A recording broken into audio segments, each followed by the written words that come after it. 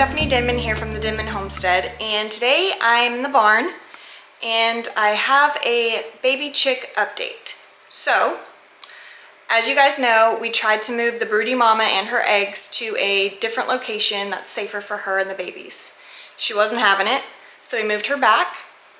She got back in her box, she sat back down on her eggs.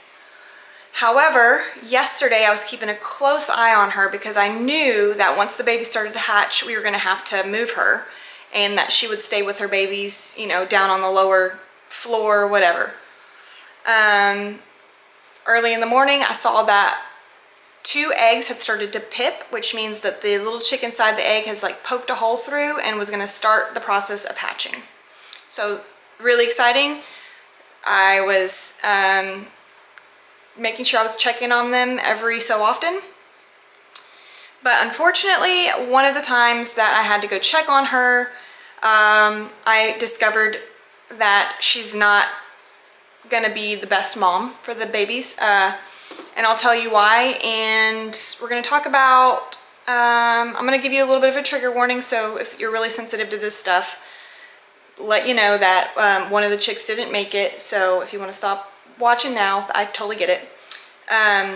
However, I'll let you know now the reason why sometimes new moms aren't the greatest moms when it comes to chickens. So,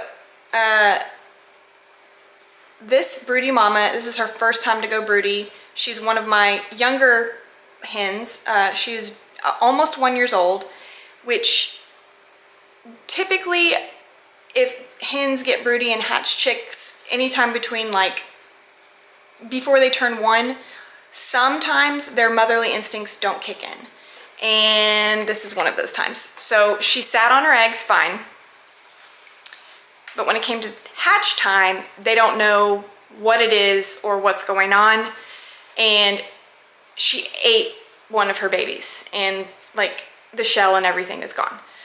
I found a few little pieces, but baby was gone, shell was gone. So she ate it, and that happens. We've had one hen do that before, a long time ago. So what you have to do in this situation is you got to take all those eggs away from that mom, because as they hatch, she's gonna peck them and sometimes just peck them to death or eat them completely. And just know that like chickens are omnivores, right? They'll eat lizards and tiny snakes and bugs and grubworms and grain and corn and feed. So they will eat both meat and veggies.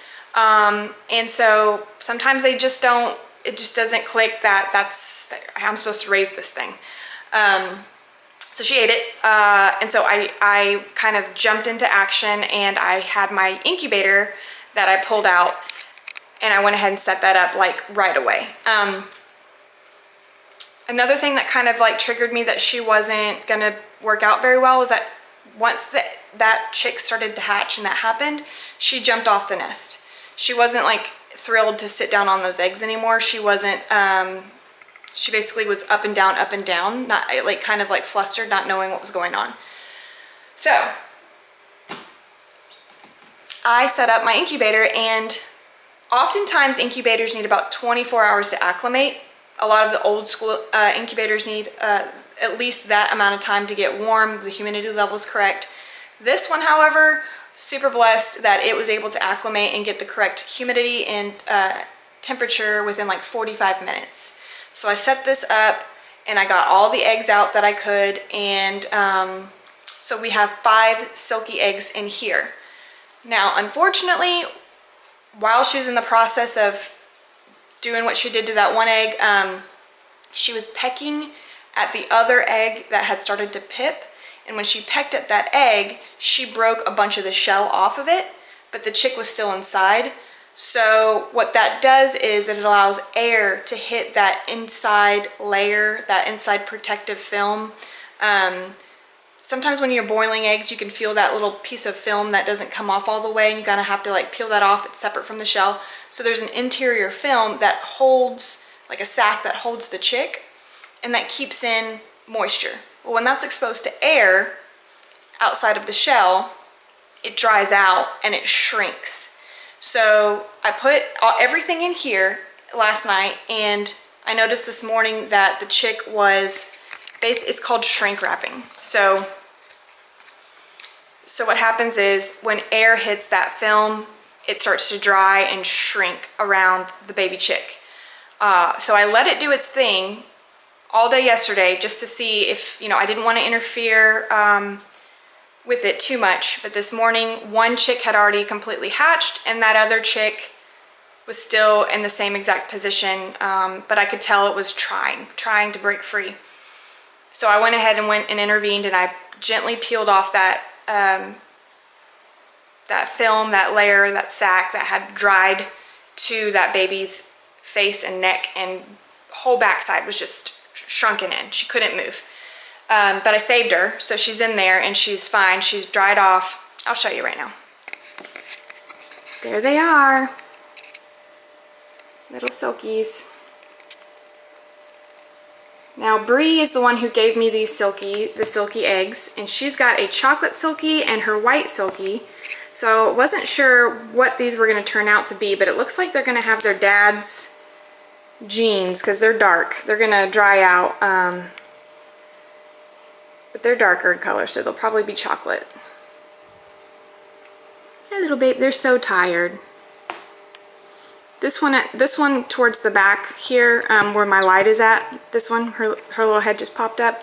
She's the one that struggled to get out of her egg. So she was super tired this morning. I'm just really glad to see that she's fighting, you know, that she's still making it. So we've got these two hatched. And then we've got, let me turn around because it's a little bit easier to see on this side.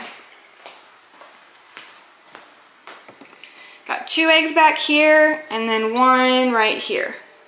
Now I've been watching for pips, and I don't see a pip in this one yet, but the one to the right of the 2 eggs, that one does have a small pip in it, so I'm assuming that one's going to be the next one out. I'm hoping that these others make it. You just never know how long, you know, the mom had been off the eggs when she jumped off, and how that's going to go with hatching and everything. Sometimes they just fail to thrive right at hatching time. So we don't really know how many we're going to get out of these, but we hope for the best. And I'm glad that we had this incubator ready to go as quickly as we could.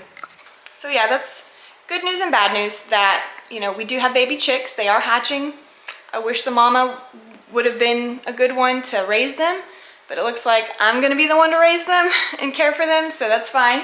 We've got plenty of stuff for that. We've done it every year, all the time. So we'll just raise these baby silkies, and then once they get big enough, we'll let them join the flock. But I will keep you updated on the rest of the eggs and how everyone else is doing. Talk to you guys later. Bye. On the Denman homestead, where the sun sets golden in the west, we live in harmony with nature, doing what we love best. From the garden to the kitchen, and the bees inside their hive. On the Denman homestead, come along and plant, nourish, thrive.